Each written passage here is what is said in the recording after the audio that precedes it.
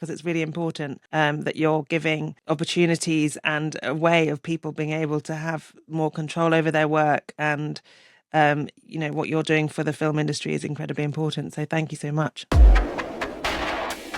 Juliet is an award-winning producer and director whose work has earned Webby, AIB, and LOVIE awards, along with BAFTA and RTS nominations. At the Financial Times, she leads the acclaimed Standpoint film series, blending journalism and art to unpack the stories shaping our world. With over 2 decades of experience across Channel 4, BBC, ITV, and Sky Arts, Juliet brings depth and vision to everything she creates. In this conversation, we discuss the emotional intelligence behind storytelling and the evolving landscape of the creative industry.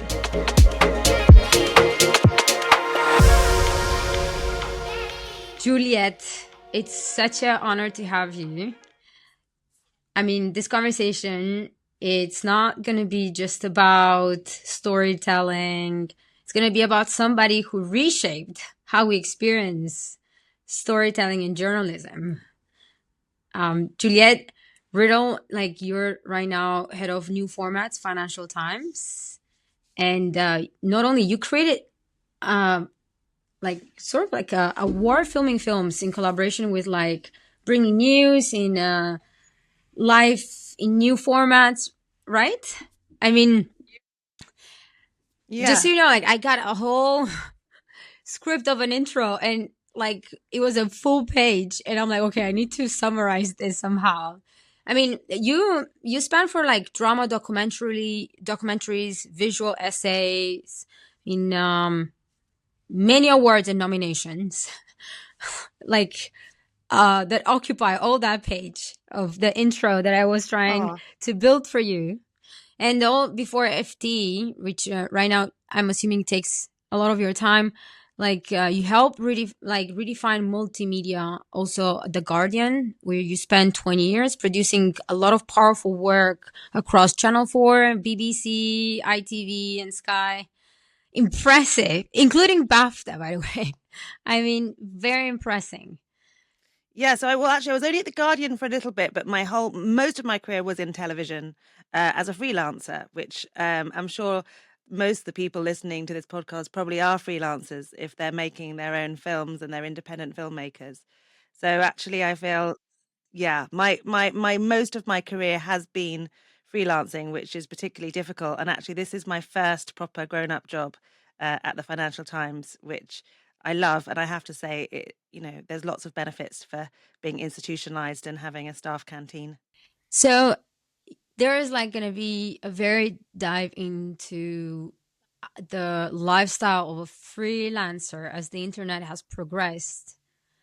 Because one thing is like freelancing 20 years ago, another thing is like freelancing nowadays. And even nowadays, it is extremely challenging because I don't think the internet has yet got to its peak of offering to help all those that do have a voice and means and ways and a message, very truthful message, to get their wings out there.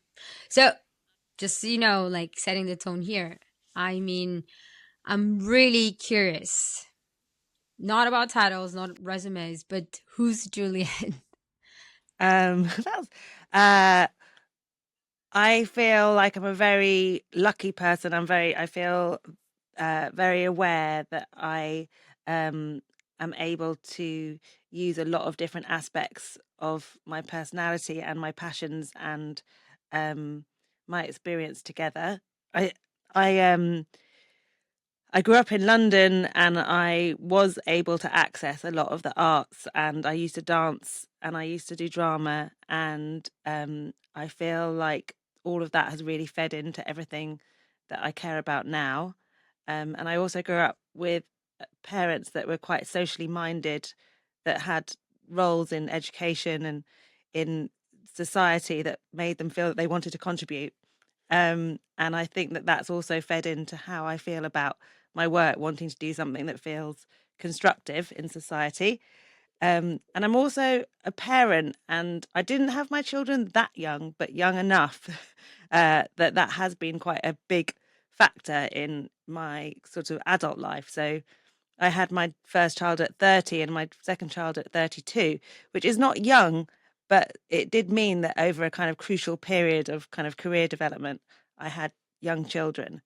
And that definitely has also fed into, I think, giving me a sense of making sure that I have my priorities right and that the work I do is really meaningful and that I want to be a good role model to them. But I also, if I'm not going to be with them, I want to make sure that I'm using my time as best I can. So I think for me, having children was a huge part of how ambitious I wanted to be and the sort of work I wanted to do. Yeah, like, you mentioning this, everybody will resonate in whatever stage of their life are, because it's who's the human behind the work and for what. And of course, with children, everything changes because you were setting the pace and set the example. Like, a lot of the learnings are only by what they see in you versus what you can tell them directly. Do you think there's something related with storytelling also, like applying all these rules to, like, telling them versus like explaining the story of somebody, breathing the example and inspiring? Do you, like, just because I'm naturally flowing with what you just mentioned right now? Yeah, I think that a lot of my work recently, I guess it can't be a coincidence that actually does resonate or I think appeals to young people as well as older people. And, I am at the Financial Times, and you would assume that the kind of stereotypical Financial Times reader would probably be older and possibly male and not necessarily a young woman. Um, and I suppose my belief in sort of and because I am involved with teenagers at home, I suppose I have lent towards creating stories that I want them to understand and that resonates with them as well. So I think that kind of aliveness and awareness that these stories should also go beyond the sort of what you would imagine the FT reader to be is a huge part of my work, and I think that that's what's appreciated here at the FT. I'm really lucky that my work is valued, and part of the reason it's valued is that they can see that it's reaching a different audience, and I think it is a slightly younger audience, and that I guess is related to storytelling that I'm sort of more aligned with my kids. So, for example, I'm really passionate about the world of online harm, and I made a drama about young people and the internet. And that's a very strong relationship between the experience I had as a parent and with my kids, and then being able to use that in my work and in my journalism. Juliet, going back to your early days of, being, I want to call it on your own, but being independently driven for a cause. How did that start, and how did all your experience evolved? Well, actually, um, it's interesting you say that. I think that I came later to finding my voice and finding what made me uh what was particular to me or what I particularly cared about. I was freelance, but I got many contracts with ITV, which is one of the biggest channels in the UK, and I was in their factual department for a long time, over about 7 years. And so they kept renewing my contracts, but I was there from sort of 21 to sort of 28 roughly. And that was an amazing place to learn because it was quite a big organization and there were other young people that were starting out in television, and there was enough money at the time that we were put on training courses, and I got to work on shows that would be considered to be oh no, the light's gone again. Oh well, maybe I look better in the dark. um that basically that I got to work on shows that were very mainstream, sort of big TV shows that would be going out at 9 o'clock on the main channel, which meant there was really big teams and high production value. And I learned so much about all the different roles, and there was a kind of freedom to learn because they knew we were young. We had lowly roles, but were, part of a team. And so I got to sort of, learn from other people. And I think that that's one of the things that's harder when you're freelance and you're young, is not only do you have to kind of get paid, but you also, if you're doing it on your own, you might not have that many other people to really learn from in a big Right. team. And I think that actually I was really lucky to be able to sort of have my first few years in the industry making films where there was that structure. You would have everything from, if I was the researcher, there would be an assistant producer above me, there would be a producer, there'd be a director, there'd be a series director, there'd be an executive producer, there'd be a head of department, and there'd be a commissioner. So you'd have this huge hierarchy of people, and you get to kind of see how decisions are made. You get to see, the experience from other people. And hopefully what happens to you, which is what happened to me, is that there'd be a few people that really take you under their wing and become mentors in your life. And that's one of the things that I think is another difficulty about being freelance, isn't it? Is that you still need those mentors, and you still need those people to learn from. So yeah, I think that is really hard. And then when I became more freelance after that, I did get a job working on an arts program, and it was really through this program I made for Channel 4 with as a producer, that really made me feel like, actually, yes, this space between the factual world and documentary, and how I can work with artists to create, different types of storytelling, is where that really kind of cemented for me as this thing that is something that I really want to concentrate on. So it was Yeah. a combination of the freelance and the more sort of bigger structure. The combination. But what I want to highlight is not forgetting your uniqueness, your because you did, yet having all these mentors bring a very fresh perspective into all that recipe of how things get out. And I'm like, there are rules for traditional reporting, and but the way the audience perceives it, it can numb them in time. There's like, oh, more of the same, and you need to change it if you want if you want them really to empathize. We understand first time the TV came out, somebody seeing news on TV, they might have reacted way different. And right now it numbs everybody. It's like, yeah, bad news everywhere, and so what? And the storytellings might have to shape to bring those emotions back again, so people can have a life where their decision making or voting or anything, it feels active. And this is where I admire so much your work, I think, because maybe you've been so awarded that you even forgot that all this, it's because your fresh perspective sort of disrupted the sense of what does a story needs to properly be told, and mostly visually. And nowadays, from any other angle, sensationalism and just boring journalism following the old rules just might not work anymore. So how how how do you envision all that shift? Because media can go from independent journalism to actually the ones that are still working for big companies. What do you think is it developed? Like, how would you define what actually was developed as yours, what you believe it should be, the style? Ooh, good question. I suppose the starting point for me with these projects is, what could I do in video that you can't do in print? If I'm working at a newspaper, the main output of a newspaper is obviously an article that's written words. So the first question has to be, why would this be better as a video or film rather than something that you would read? And then I think you've got the added layer that a video is a bigger ask for an audience.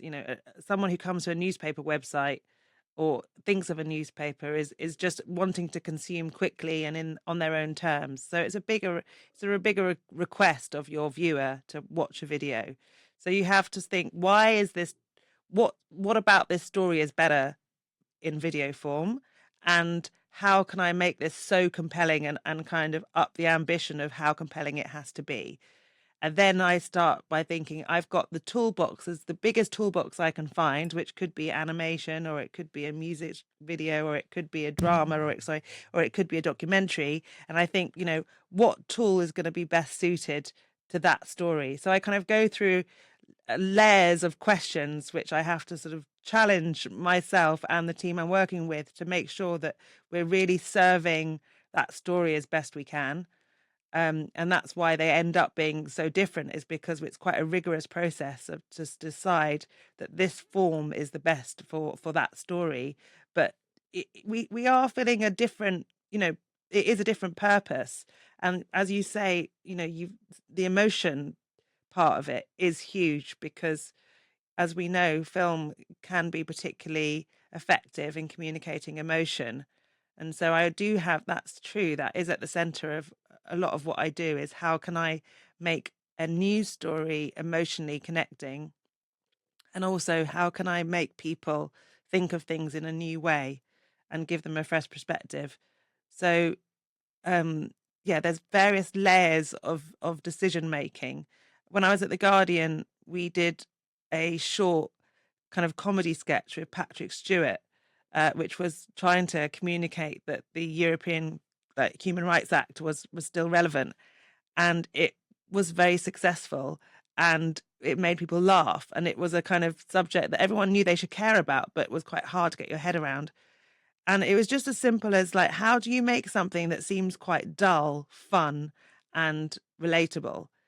And the success of that definitely spurred me on to carry on thinking that this was a really good way of communicating. So that was probably back in about 2015 or so that that film came out. So quite a long time ago. But yeah, in television, when I was about 26 in television, I had a job. It's called a task producer, where you worked on big TV formats, and I had to come up with the things that the celebrities did on this show. It was called Celebrity Fit Club, and they had to lose weight. And my job was to come up with fun ways that they lost weight. And because of my dance background, I knew dancers in the West End. And one of my friends was in a huge Bollywood show, like a Bollywood musical in the West End. And I got all these celebrities to come and learn Bollywood dancing. And I, I suppose that was like an early example of me thinking, what in the world of the arts can I use in the world of something more factual that is going to be really fun, and also, come at a different angle? Like, it's not going to be them on a treadmill. Um, yeah, so I guess it's come in different ways. Wow. So, like, can you tell the result? What was it like in the end? Yeah, I think they had a good time. I'm not quite sure how much weight they lost. It's the sort of show that probably wouldn't still be on television anymore, be cancelled. We live these times of the internet with Substack and all these like new tools coming up. That some transition from working for the big titles to like finding their own channel and their own audience. What, like, who is somebody like, or some, not somebody necessarily, but what's that style that you think is breaking the rules and it's working nowadays from the journalism or storytelling perspective? Well, I mean, this is an obvious answer, but it is really interesting, isn't it? What's happening on TikTok with influencers. I mean, I think that in terms of storytelling, that is, the main big shift, that young people are obviously consuming the news more in video, Mm. and they're watching an individual journalist or influencer or, peer telling them something. And that kind of sense of kind of direct communication from one person to their audience online Yeah, I see. is so fundamental, isn't it? And I think people are doing that in pretty creative ways. One of my favorite people at the FT is called John Byrne Murdoch, and he is a data journalist, and he does incredible stories which really lead the news often, where he will find incredible data about a particular issue. So, for example, he's recently done something that went completely viral online about the fact that younger boys are becoming more conservative and younger women are becoming more progressive, and the gap between the two is widening, and it's widening all over the world. And, the data about where that comes from and why that is is a hugely important societal shift that we need to understand, but it was driven by the data. And then when he does videos online about that kind of content, they really resonate. So that's a sort of interesting form of storytelling. The kind of explainer, one person telling you something, showing you information, I think is an exciting um, it's exciting because that's the opposite of disinformation if it's someone trusted like him, right? It's like really trusted, real information built on facts and data and expertise, but it's still really resonating. And I think that's quite hopeful. Absolutely, because you mentioned TikTok, and I was thinking, every time I watch something on TikTok or Instagram, I never can make the difference if they're telling me a story or if they're telling me an opinion, and which is personal. So using TikTok as a channel, if you want to make it, you might be not recognized if you're trying to make a statement or if you're being opinionated. And I think like that's the bridge. What's your take on that? Yeah, I think it is really hard, and it's really hard for young people to differentiate. And I think we have to get better. And I think there's a lot of work happening at the moment, or thoughts about how can we make sure that young people can differentiate between trusted journalism and someone that does have an opinion, as you say. And at the moment, there's a kind of plateau, isn't there, where young people would trust uh, someone their own age that they don't know that has a big following just as much as they would trust a kind of serious professional product of an established newspaper. So that is concerning, and we need to get better at helping people differentiate between, as you say, opinion and more trusted professional, verified journalism. Um, I recently, one of the things I'm really proud of is on International Women's Day, I worked with this journalist, John Byrne Murdoch, to do data around women in leadership. And we created it into an animation with some original music, which was really beautiful. And so it was data, it was facts, but they had been communicated with with this incredible sort of quite cartoony, colorful, narrative driven animation. And it was really successful, which was really encouraging. And it's got 4.1 million views on Instagram, and that's really where it found its home. It did well on TikTok, but it was Instagram where it really took off. And that's interesting, for me to think about. Well, I need to think more about Instagram. I need to think more about the different platforms and what they can do for kind of sharing our journalism. Yes, because that's where a lot of people spend time right now. Scrolling and Mm. scrolling. But what I think, um, based on what we're like following the line of our conversation on different ways of telling a story, like one of the things in social media happens right now is sometimes we don't need more content. I think what we need is more consciousness behind how we deliver it, and the means we use it, to not be confused with the crowdness and of it, that it's just a bunch of people having an opinion. And one of the quotes that I liked from you, and I mentioned before, I read some of your articles, you said, art can illuminate politics. And because it sounds like very tough subject and stiff, and some might put a little bit of a bridge between, because I don't understand the thing. And what do you think the role of art plays into subjects that can be impactful, not just politics, impactful in people's lives, mostly the ones that are so detached, like young generations that don't get to vote, Oh, don't go to vote, not don't get to vote. They're about to well, vote. I suppose art can make things relatable, which means that that's quite empowering, that you feel that you are part of the conversation.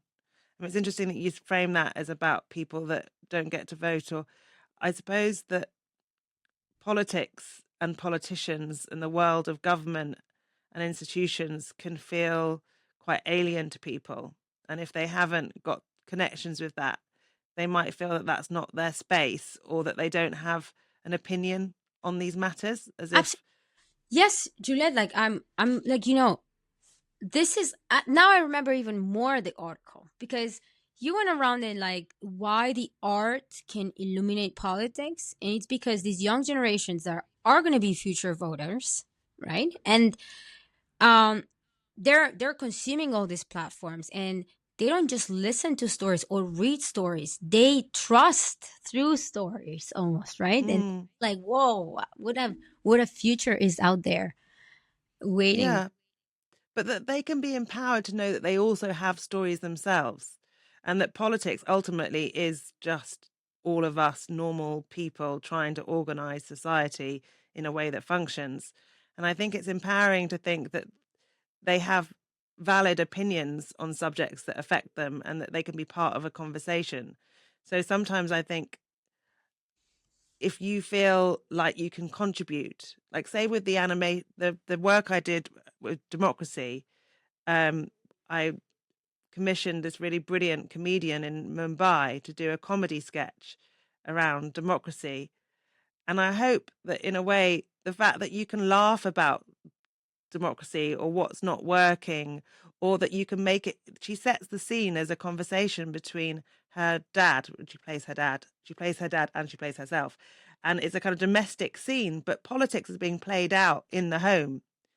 And, once you realize that politics is in the home as well as in the school, which is as well as in, Yeah, all these places, you can work out from the kind of small to the big, and realize that these I see. dynamics are still relevant, that it can be empowering, that you can have a kind of opinion on matters that feel very far away from you, but actually are not that far away from you.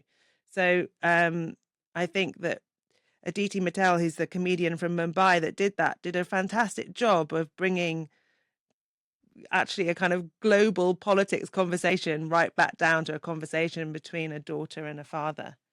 And that means that everybody who might have a relationship with a parent can kind of start thinking, well, maybe there's politics at play with the fact that I can't get a job but my dad could get a job, or maybe there's politics at play where my school isn't as good. So yeah, I think that's probably the, oh god, my phone's ringing, that's probably the nice, empowering thing about a more relatable way of approaching big, scary subjects. I was talking with somebody the other day, and she was expressing how she went from journalism to filmmaking, because the medium can expand so much if she wants to go deep down into a subject, and yet she found so much struggle to get her word out and so many limitations. Um, Looking into the future, how do you think things are going to evolve? As Olin, we're all right now trying to set up a stage for filmmakers that don't get to be streamed, and trusting like there's always an audience, a niche, because people are getting smarter and smarter, and like as they consume so much free information out there, like they're also developing very micro characters, because we're looking to still feel individuals and have an individuality identity while we're like extremely social dependent.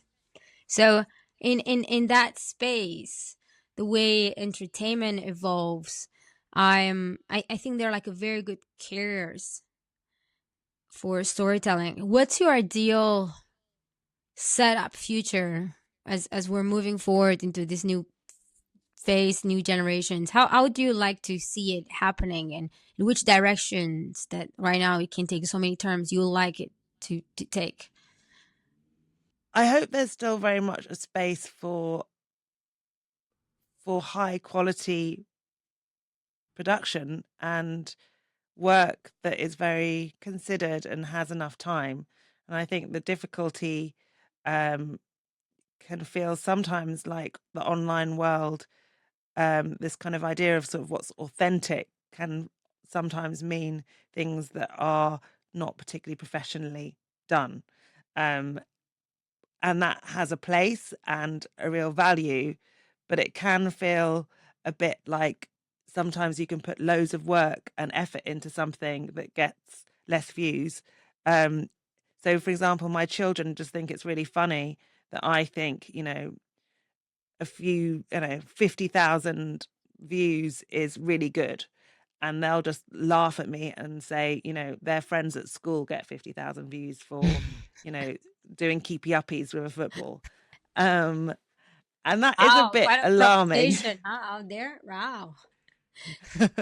um, and I suppose the AI They're your threat is mentors real. now. They're your Yeah, mentors. Like, yeah. hey. But like, I guess there is that, I guess, yeah. And the AI, it's part of that in that, people will actually be able to make things look really fantastic really quickly without much sort of time and effort. And I guess I'm really privileged in the job that I have, What? which I I mean, can put the time and effort into, basically. yes, exactly. Like, what makes us so? I mean, this might be so unrelated to the conversation right now, and everybody will be listening to this, like, where is this question coming from? But I'm like, what is this urge for speed? Like, news getting faster, everything getting faster. Is that to connect the world, but at the same, like, oh, like, but is this evolution is all related to speed lately? Like, the fastest I can get something out, or like a message out, or we compete against speed.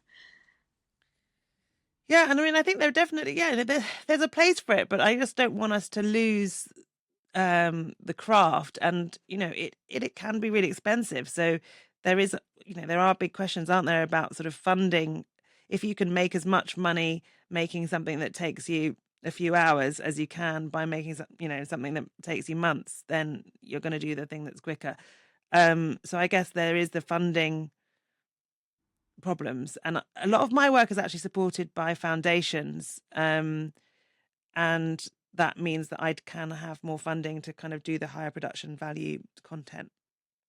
And I'm really grateful to foundations and for other freelancers. I'm sure that they are aware of the fact that foundations can be very useful places to get funding. Pulitzer, for example, I'm on my third project with the Pulitzer Foundation, and that they're really good, and I recommend them for other freelancers to check out their grants. What is the project that has had more impact in your life? I think the one that I'm still pretty obsessed with is about young people and online harm. The drama I made was shared a lot between parents, and I had a couple whose son had actually been murdered by other teenagers that had been watching stabbing videos. And their letter that they wrote to me was so powerful. And then they shared the film as part of their campaign to hold social media companies to account more.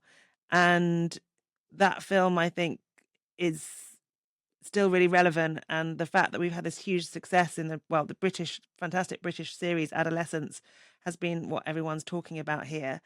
And it is part of that conversation that feels like one of the most important conversations of our time. And so I suppose for me, that subject and the fact that I feel really privileged that I got to communicate about that, and I want to carry on using not only the film that we've already made, but carry on making sure that other work is also part of that conversation. So I suppose the world of social media and young people is something that I'm particularly obsessed with. I mean, what a case. And, I mean, like, one will think it's related with madness, but like even video games and everything, it's so much about accidents and guns, and like the online videos about stabbing.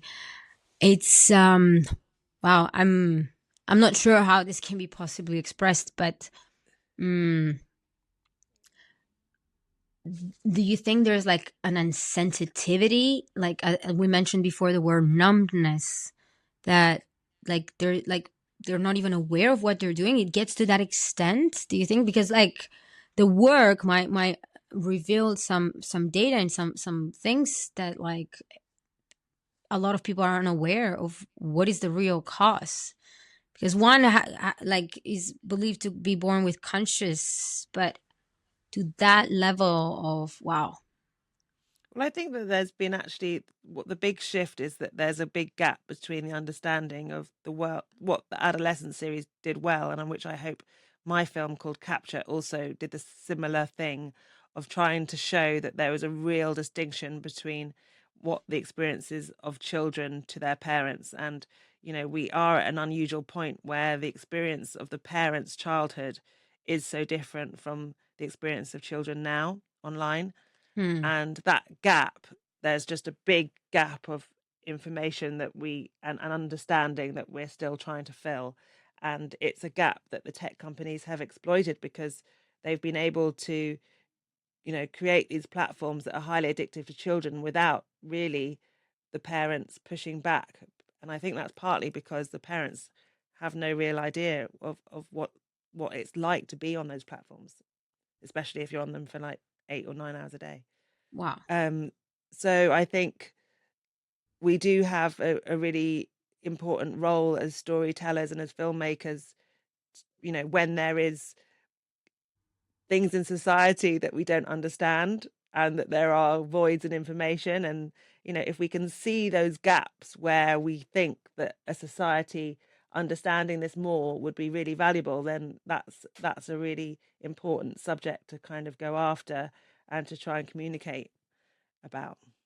Absolutely. Like, I know we're like running out of time, being respectful of your time and everything. So I have like very two last questions that, are very much in line with what we've been discussing so far, and mostly on the last subject, and um understanding all the impactful work you've done, and what's next. What's the legacy you hope your work will leave on the industry and on the people?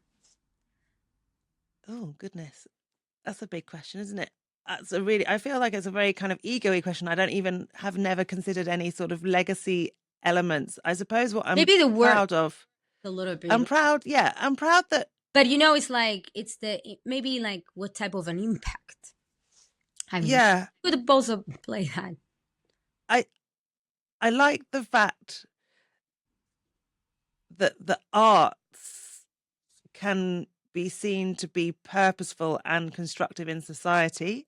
Sometimes I do think that the arts world feels quite like it's a world that sort of speaks to itself, perhaps, or that it can communicate things that you don't necessarily relate to. And I think things like dance for me are really expressive and can communicate a lot, but not necessarily everybody experiences that if, they don't necessarily go to dance performances that really resonate with them. So I'm really proud if we can show that things like the discipline of dance or incredible illustration or really powerful music or really powerful creative writing can be part of a very current conversation and can be useful in society. And I also think that I'm really proud to work for a newspaper because I also really believe in trusted journalism. And I do think that that feels under threat. And I think there is a tension in what I do that I'm sort of, newspapers and journalism are meant to be just kind of communicating more facts for you as a viewer to then make up your own mind. Whereas if I'm using drama, it can sort of be a bit more emotionally manipulative, perhaps, or use imagination, which then you don't know which is true and what's not true.